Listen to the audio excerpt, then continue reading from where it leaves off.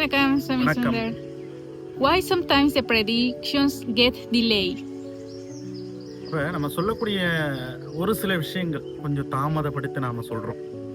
இது நடக்கும், பட் லேட்டாக நடக்கும் அப்படின்ற மாதிரி உள் மனசில் ஒரு குழப்பம் ஏற்பட்டு சொல்கிறோம் அப்படின்னும்போது அந்த பிளாக் அந்த தோஷம் அப்படின்றது அவங்களுடைய ஓலையில் எழுதியிருப்பாங்க. அந்த தோஷம்ன்றது இதை வந்து இதுக்குன்னு ஒரு தனிப்பட்ட விஷயத்துக்குன்னு இப்போ ஒரு கல்யாண விஷயத்த சொல்லும்போது நம்ம தாமதப்படுத்துகிறோம் அப்படின்னும்போது அந்த கல்யாண விஷயங்கள் மட்டும் சில கர்மா இருக்கும்.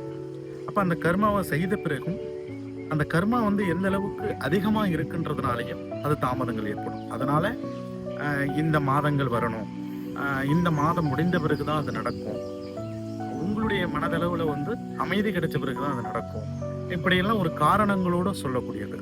அப்போ சில பேருக்கு பெரிய பாவங்கள்லாம் இருக்கும்.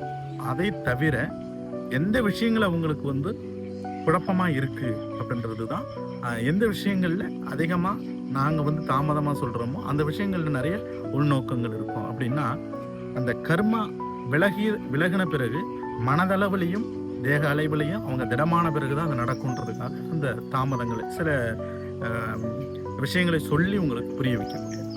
நன்றி.